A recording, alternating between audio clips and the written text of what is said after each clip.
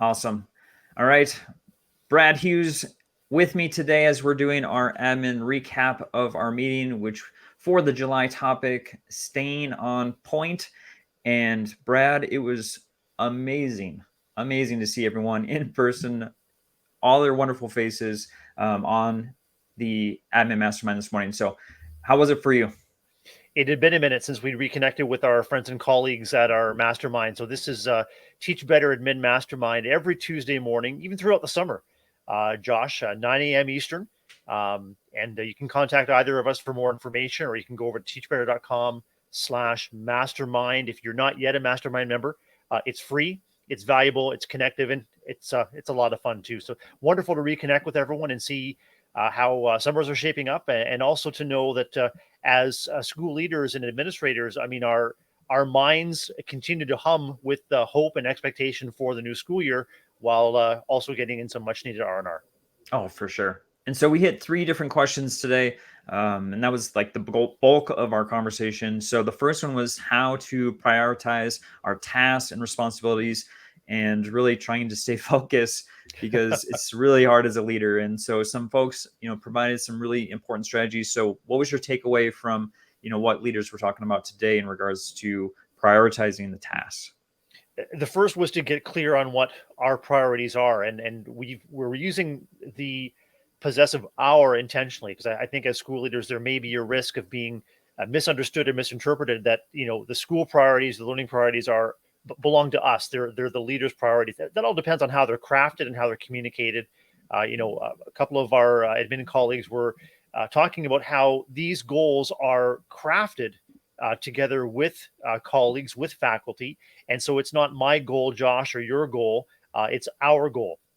And then as those are crafted and shaped and communicated, then we as school leaders have the incredible opportunity to continue to build momentum towards reaching those goals. And then we also have the responsibility, of course, with love, care, and concern, but to help hold each other to high expectations and standards and accountability in terms of making sure that our goals we're continually reaching towards them, because they impact kids. So it's getting clear on what our goals are, and then finding ways to motivate and rally support as we engage in professional learning towards those goals, but also protecting our time as school leaders. Josh, that was a big point of conversation, was how we can respect and protect our time so that we can stay focused on the focus. Yeah, for sure. And so some of those strategies was, whiteboards in the office, making sure that they had planners and schedules, using programs like Evernote. So a lot of like practical tips that administrators are using every day to make sure that they're making sure that they're prioritizing and making sure that it's like visible for themselves and for other people. But then to your point, the second question was, what strategies do you use to minimize distractions, which is extremely hard. So what were some things that were brought up today for that question? I think one of the key challenges that we were batting around was challenging the idea that we as school leaders need to have an open door policy. We, of course, want to be available, responsive, receptive when people need us, but we also know that quick questions are almost never quick unless we make a commitment to receiving the question and then making some kind of agreement to circle back around on the answer. Because our days can turn on a dime. We're walking one way and a bell rings, we're walking the other way, or we're anyway. It can turn on. It can turn on staff needs, student needs, family needs, community needs, and what we need to do is to protect and carve out and make expectations clear around closed door time.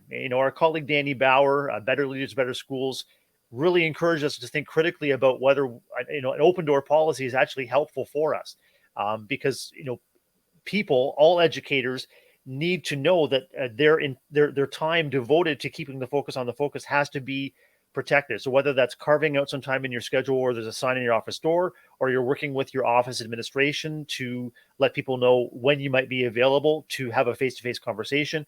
Lots of great ideas, but it all comes down to setting loving and consistent priorities and boundaries on our time, but also as a school leader, extending those boundaries and priorities to our faculty. That could be around the use of email, Josh, either before or after school hours.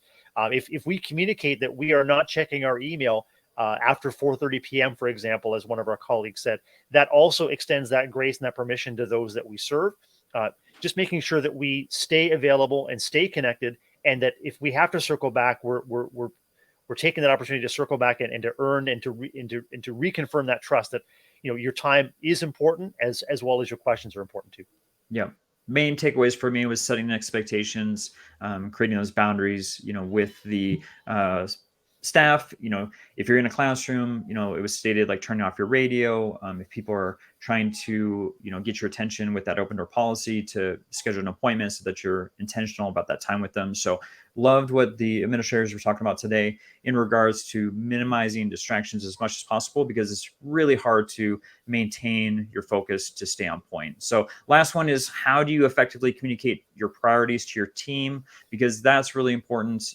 Communication can be such a difficult thing, especially in a busy time during the year. So, what were some things that were brought to the attention of other administrators in this meeting in regards to communication? One of our admin colleagues talked about how she shares her campus priorities right in her email signature, and this was as a part of, or as as an end result, Josh, of a carefully orchestrated process where this administrator was involving faculty members and other stakeholders in developing and coming to agreement on 3 big goals. She calls them WIGs, wicked important goals. And I thought that was such a wonderful tactical, but also, community focus, including it in your email signature, so that with every communication, whether it's internally or externally, you're communicating what the faculty and what the school and what the district believes. And it also is a visual reminder, because she included incredible graphics that she designed for each of these WIGs.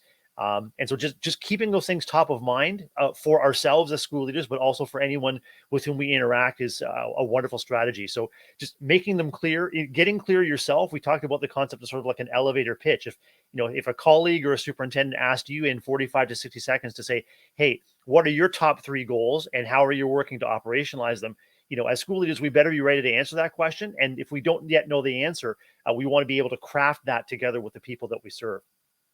Yeah, if it's important, it needs to be visible. So loved what she was sharing in regards to, putting it in the email signature and the s'mores, all the different communications, social media, whatnot, to make sure that everybody's on board with the initiatives that they've all agreed upon. So I thought that was extremely powerful.